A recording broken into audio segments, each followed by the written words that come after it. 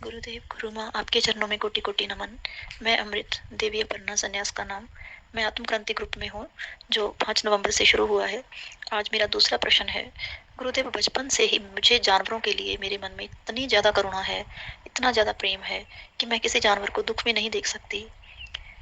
बचपन से मेरा परिवार वैष्णो था, लेकिन और भी दुनिया में बहुत परिवार वैष्णो होते हैं, मेरे घर में भी और मेंबर हैं। लेकिन ये चीज़ मेरे अंदर इतनी ज़्यादा है, जैसे कोई मीट की दुकान होती है, तो मतलब मुझे ऐसा लगता है जैसे वो जानवर के गले पर नहीं, छुरी मेरे गले पर चल रही हो।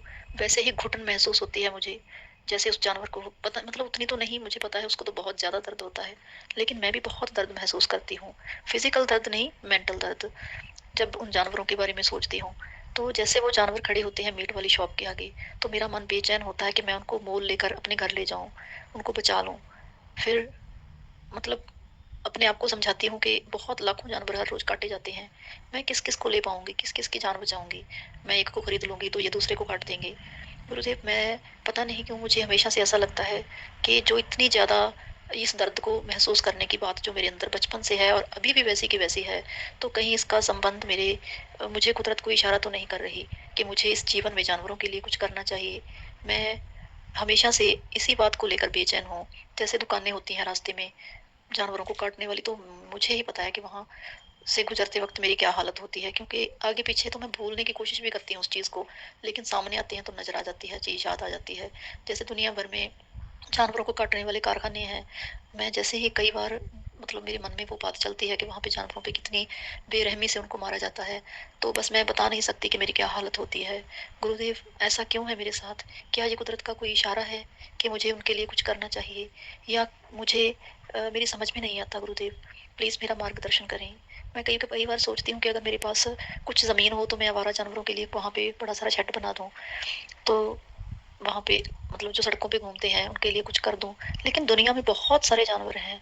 मेरा मन करता है कि मैं सभी के लिए करूँ, सभी की आत्मा को, शरीर को मतलब तकलीफ से मुक्त करूँ।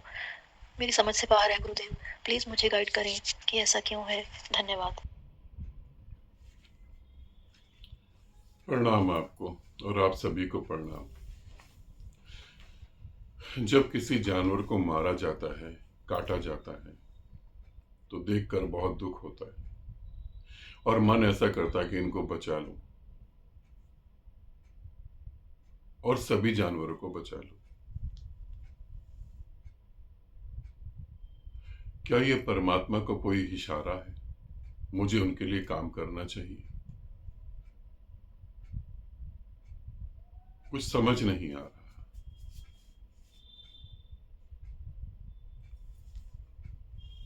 अहंकार को थोड़ा समझने की कोशिश करें। अहंकार बहुत सूक्ष्म होता है।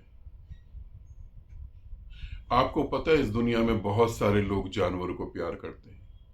बहुत सारे लोग जानवर पाल लेते हैं और उसको बहुत प्यार करते हैं। उसमें एक बहुत बड़ा बेनिफिट होता है। उसमें क्या बेनिफिट होता है? तुम्हारा अहंकार नहीं टूटता। अहंकार को बड़ी तृप्ति मिलती है ये सोच के कि इस जानवर की देखभाल हम कर रहे हैं, ये हमारे ही सहारे है और हम जो कह रहे हैं वो उसे मानना पड़ रहा है। अहंकारी लोग अक्सर जानवर को प्यार करते हैं। अहंकार को समझना, क्योंकि अहंकार अपने से नीचे व्यक्तियों को बहुत प्यार करता है, अपने से ऊंचे लोगों को वो प्यार नहीं करता और स्वीकार नहीं करता, क्योंकि वहां अहंकार टूट जाता है।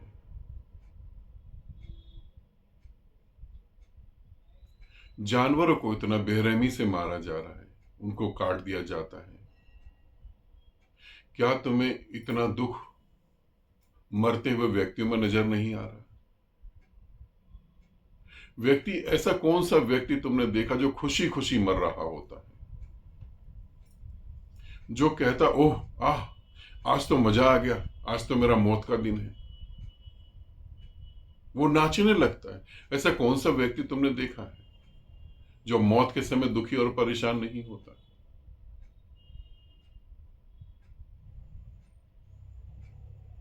क्या उनकी मदद करने का मन में भाव नहीं पैदा होता?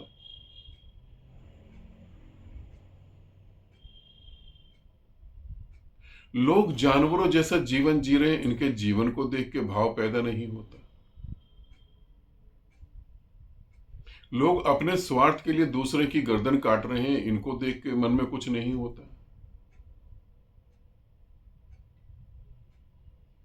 जानवरों की तरह इतने सारे आध्यात्मिक गुरु लोगों की जिंदगी बर्बाद कर रहे हैं, इनको देख के कुछ नहीं होता। क्या कुदरत तुम्हें इनके बारे में कोई इशारा नहीं कर रही?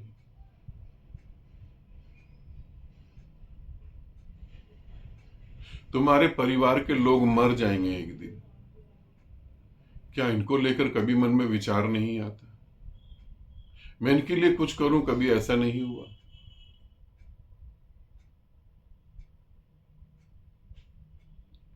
जानवरों को लेके अहंकार की एक तृप्ति है।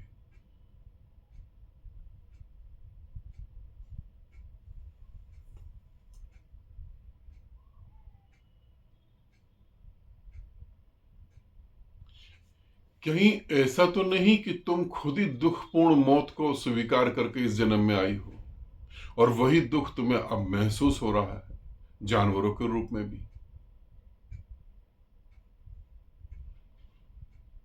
थोड़ा सा समझने की कोशिश करो। अगर तुम्हारे जीवन में दुख ही नहीं है, तुम्हारे मन में दुख का कोई कण भी नहीं है, तो भी जानवर कटेगा तो तुम्हें दुख नहीं होगा। दुख जानवर की मृत्यु से हो रहा है या दुख तुम्हारे भीतर है इसीलिए हो रहा है? जिसके भीतर दुख है ही नहीं, वो बाहरी दुख को कैसे महसूस कर पाएगा? अंधा अंधकार को नहीं देख सकता। अंधकार को देखने के लिए भी तो उसके अपोजिट प्रकाश को देखना पड़ेगा, तभी तो अंधा अंधकार को देख पाएगा। तो कहीं अपनी ही मृत्यु का भय तो नहीं? कहीं ऐसा तो नहीं हुआ कि जब पिछले जन्म में तुम मर रही हो, वो मौत बड़ी दुखपूर्ण हो, मरना नहीं चाहती हो और मारा जा रहा हो तुमको?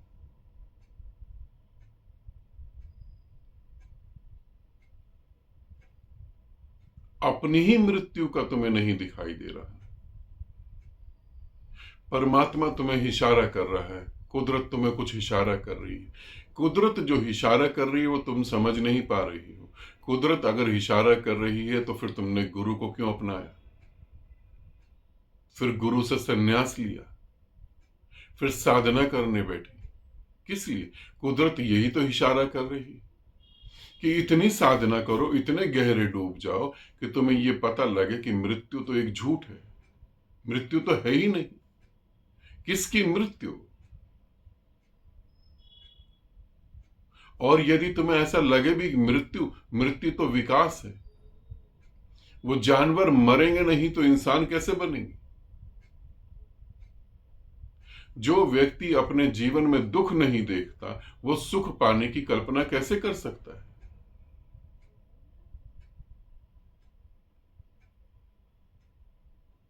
उसे सुख भी तो चाहिए ना। तो वो दुख देख रहे हैं तभी तो उन्हें आगे का विकास, आगे का रास्ता पता लगेगा। और फिर ध्यान की गहराई में उतरो। जो इंसान बन गए हैं और जानवरों जैसा जी रहे हैं, उनके लिए सोचो। पहले तो स्वयं में डूबो, तुम्हारी भी तो मृत्यु है। इतनी साधना में डूबो कि अपनी मृत्यु से मुक्त हो जाओ। और जब अपनी मृत्यु से मुक्त होगे तो पता लगेगा यहां कहीं कोई मृत्यु नहीं, विकास का एक क्रम चल रहा है। आगे बढ़ने की एक यात्रा वो ऐसे ही चलती है, ऐसे ही वो गति करती है। कोई ऐसा व्यक्ति देखो जिसके जीवन में सुख ही सुख हो, तब तुम पाओगे कि उसका कोई विकास नहीं हुआ। दुख से ही विकास होता है। बुद्ध का तो पूरा जीवन ही इस पे टिक गया। बुद्ध ने देखा कि एक दिन मैं भी मर जाऊंगा, मेरा बच्चा भी मरेगा, मेरी पत्नी भी, सब मर जाएंगे और सभी दुखी हैं। सच में जिसके जीवन में मौत जिंदा है, वो चाहे अमीर हो चाहे गरीब हो, वो दुखी ही रहेगा। तो साधना में उतरो। परमात्मा तो ये इशारा कर रहा है। और तुम जानवरों को अपने पास रख भी लो, तो क्या तुम सोचते हो कि तुम्हारे पास रहने से जानवर आनंदपूर्ण मृत्यु को स्वीकार करेंगे? क्या तब वो मरते वक्त दुखी नहीं होंगे? तब मरते वक्त तड़पेंगे नहीं? तब मरते वक्त उनकी आंखों से आंसू नहीं निकलेंगे? तुम्हें ऐसा लगता है? इसे समझना बहुत जरूरी है। इसीलिए कह रहा हूं, इसे समझना बहुत ज्यादा जरूरी है। तुम जानवरों के लिए काम करो, मगर परमात्मा ऐसा कुछ नहीं कह रहा, अहंकार कह रहा है। तुम्हें ऐसा क्यों नहीं लग रहा कि तुमने संन्यास लिया है, गुरु को धारण करा है? और किस लिए करा है? तुम आज बुद्ध हो जाती हो तो तुम्हें दिखाई देगा कितने लोग दुख में जीवन जी रहे हैं, जो सिर्फ तुम्हारा इंतजार कर रहे हैं कि कब तुम आओगे और उनको बाहर निकालोगे। उनके ऊपर दया नहीं आ रही, उनके लिए करुणा मन में नहीं है।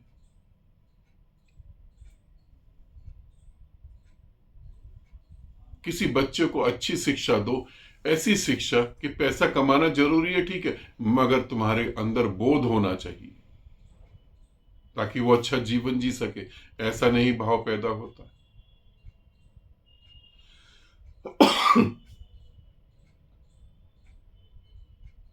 जो लोग अपने अहंकार की तृप्ति में लगे होते हैं वही जानवरों से प्रेम करते हैं। हकीकत में इंसान से प्रेम करने की उनकी हिम्मत नहीं होती, क्योंकि इंसान से जब प्रेम करते हैं तब प्रेम में उनको धोखे नजर आते हैं कि दूसरा धोखा देता है। उन्हें यह नजर नहीं आता कि वो भी दूसरे को धोखा देते हैं। इसीलिए हम ऐसी जगह प्रेम करें जहां कोई झंझट ना हो और दूसरा हर हाल में हमारे गुस्से को भी स्वीकार करे, हमारे प्यार को भी स्वीकार करे, हमारी डांट को भी स्वीकार करे। तो जानवर से प्रेम करो। नहीं, परमात्मा का इशारा कर रहा वो मैं तुम्हें बता रहा हूं, तुम समझ नहीं पाई। मृत्यु सभी की दुखदाई है। अपनी मृत्यु से पहले पार हो जाओ, फिर दूसरे का सोचना। इसे ध्यान रखो। आज भी तुम भटक रही हो, और जब तुम मेरे को ऑडियो भेजती हो, जब मैं तुम्हारी फोटो देखता हूं, तब मुझे ये भी पता है कि आज भी तुम्हारी साधना ठीक से नहीं हो पा रही। साधना में कितनी बार तो विचार चलते रहते हैं। अपने प्रति होश में आओ। जो स्वयं को जान लेता है वही सभी को पार कर पाता है, सभी के दुखों को मिटा पाता है। ठीक है, आनंदित रहो, सदा खुश रहो। बहुत बहुत प्रेम आप सभी को और आपको भी।